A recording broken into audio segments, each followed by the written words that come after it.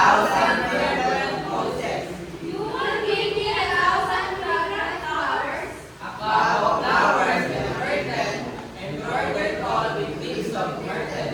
you will make me a flower cup and beautiful clothes, a gown made of the finest wool, which from our pretty lambs we pull, you will give me a gown from the finest wool, a pair of slippers for the cold, with buckles of the purest gold,